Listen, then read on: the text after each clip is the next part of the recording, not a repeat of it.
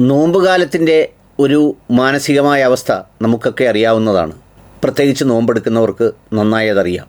സവിശേഷമായ ഒരു മാനസിക ഭാവമാണിപ്പോൾ. വിശപ്പും ദാഹത്തിനുമപ്പുറം മനസ്സ് നമ്മളോട് തന്നെ സംസാരിക്കുന്ന ഒരു അപൂർവമായ അവസരമാണ് പലപ്പോഴും ഈ നോമ്പുകാലം.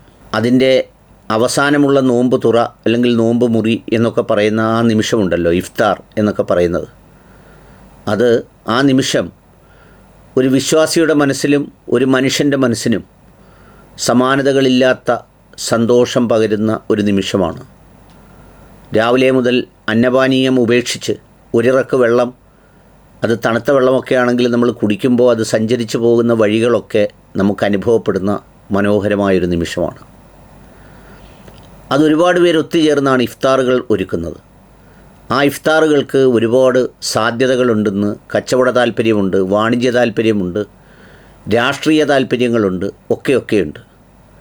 കച്ചവട സ്ഥാപനങ്ങളുടെ പേരിൽ നടത്തുന്നു. പുതിയ സ്ഥാപനം തുടങ്ങാൻ പോകുന്നവർ അതിന് മുന്നോടിയായി ഇഫ്താർ നടത്തുന്നു.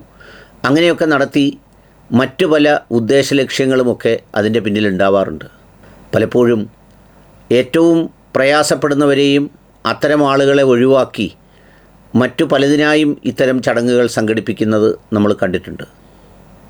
ചില പ്രത്യേകം ആളുകളെ വീഴ്ത്താൻ വേണ്ടി ഈ ചടങ്ങ് ഉപയോഗിക്കുന്നത് കണ്ടിട്ടുണ്ട്. പക്ഷേ കഴിഞ്ഞ ദിവസം ഒരു മുൻവിധികളുമില്ലാതെ, ഒരു ബാധ്യതയുമില്ലാതെ, ഒരുപക്ഷേ ഈ കാലത്തെ അല്ലെങ്കിൽ ഈ സന്ദർഭത്തിലെ ഏറ്റവും അവിസ്മരണീയവും ഹൃദ്യവുമായ ഒരു നോമ്പുതുറ കാണാനിടയായി. ഇരുഹറമുകളിൽ നോമ്പുതുറ നടക്കാറുണ്ട്. അത് സവിശേഷമായൊരു അനുഭവമാണ്. അത് പോയിട്ടുള്ളവർക്കറിയാം. ഞാൻ 2 തവണ നോമ്പ് കാലത്ത് അവിടെ ഉണ്ടായിരുന്നിട്ടുണ്ട്. പക്ഷേ ഇതല്ല, ഹൃദയം സമർപ്പിച്ച, കണ്ണീരണിഞ്ഞ ഒരു നോമ്പുതുറ. ഗസയിലെ ഖാൻ യൂനിസിൽ ഏതാണ്ട് 2500ഓളം മനുഷ്യർ ഒത്തുചേർന്ന് ഒരു ഇഫ്താർ വിരുന്നൊരുക്കി. ഈ കുഞ്ഞുങ്ങൾക്കായി അവരെ ചേർത്ത് വെച്ച് വളരെ നിഷ്കളങ്കമായ ഭാവത്തോടെ കുഞ്ഞുങ്ങൾ, വൃദ്ധരായവർ, തനിച്ചായവർ, ഒരു സന്നദ്ധ സംഘടനയാണ് അതൊരുക്കിയത്. അതിൻ്റെ ദൃശ്യങ്ങൾ ലോകം മുഴുവൻ വ്യാപിച്ചു. തകർന്നു വീണ ബാക്കിയായ കെട്ടിടശകലങ്ങൾക്കടിയിലിരുന്ന് നോമ്പ് തുറക്കുന്നവരെ കാണാം നിങ്ങൾക്കവിടെ. നമ്മളെപ്പോലെ വിഭവസമൃദ്ധമായ ജ്യൂസോ ഭക്ഷണമോ ഒന്നും ഉണ്ടാവില്ല. ആ മണ്ണിന് മരണത്തിൻ്റെ ഗന്ധമുണ്ടാവും. അവരുടെ ഹൃദയങ്ങളിൽ നഷ്ടങ്ങളുടെ ഇരമ്പലുണ്ടാവും. അവരുടെ മനസ്സുകളിൽ കടന്നുപോയ കൂടപ്പിറപ്പിൻ്റെയും മാതാപിതാക്കൾ ഒരുമിച്ചോ ഒറ്റയ്ക്കോ അല്ലെങ്കിൽ മക്കളെല്ലാവരും നഷ്ടപ്പെട്ടതോ ഒക്കെ ഉണ്ടാവും. പകുതിയായ കൈകാലുകളുണ്ടാവും. പക്ഷേ അവർ ഈമാൻ്റെ പ്രതീക്ഷയിലാണ്, അചഞ്ചലമായ വിശ്വാസത്തിൻ്റെ പാതയിലാണ്. ആ സാഹചര്യത്തിലും അവർ നോമ്പെടുക്കുകയാണ്.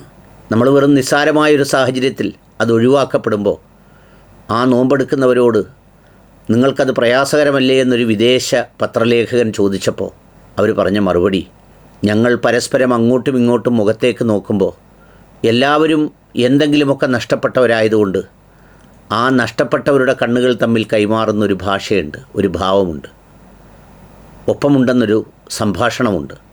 അത് ഞങ്ങൾക്ക് പരസ്പരം ആശ്വാസമാണ്. നമ്മൾ ഈ സമൂഹത്തിൽ ചിലതൊക്കെ നഷ്ടപ്പെടുമ്പോൾ ഉള്ളവനെ കാണുമ്പോഴാണല്ലോ സങ്കടം വരുന്നത്. ഇതെല്ലാവർക്കും ആരെങ്കിലുമൊക്കെ നഷ്ടപ്പെട്ടിട്ടുണ്ടെങ്കിൽ ആ നഷ്ടങ്ങളുടെ നടുവിൽ ജീവിക്കുന്നതിനും ഒരു സവിശേഷമായ കരുത്തുണ്ടെന്നാണ് പറയുന്നത്. ആ കരുത്ത് പോരാട്ടത്തിൻ്റെ ജനിതഘടനയിലൂടെ അവരുണ്ടാക്കിയെടുത്തതാണ്. എന്തിനവർ അനാഥരായി എന്ന് ചോദിച്ചാൽ ഒറ്റ കാര്യമേ ഉള്ളൂ, ആ മണ്ണിൽ ജനിച്ചു പോയതുകൊണ്ട് മാത്രം, അതിൻ്റെ ഭാഗമായതുകൊണ്ട് മാത്രം. നമ്മുടെ നോമ്പ് തുറയിൽ എന്തെങ്കിലുമൊക്കെ കുറവുകൾ വരുമ്പോൾ അല്ലെങ്കിൽ പരിധി വിട്ട് പലതും വർദ്ധിക്കുമ്പോൾ ഇവരെ ഓർക്കുന്നത് നല്ലതാണ്. ഈ മക്കളെ, ഈ മനുഷ്യരെ അങ്ങനെ ഓർക്കുന്നതിലൂടെയെങ്കിലും നമുക്ക് മനുഷ്യരായി മാറാം.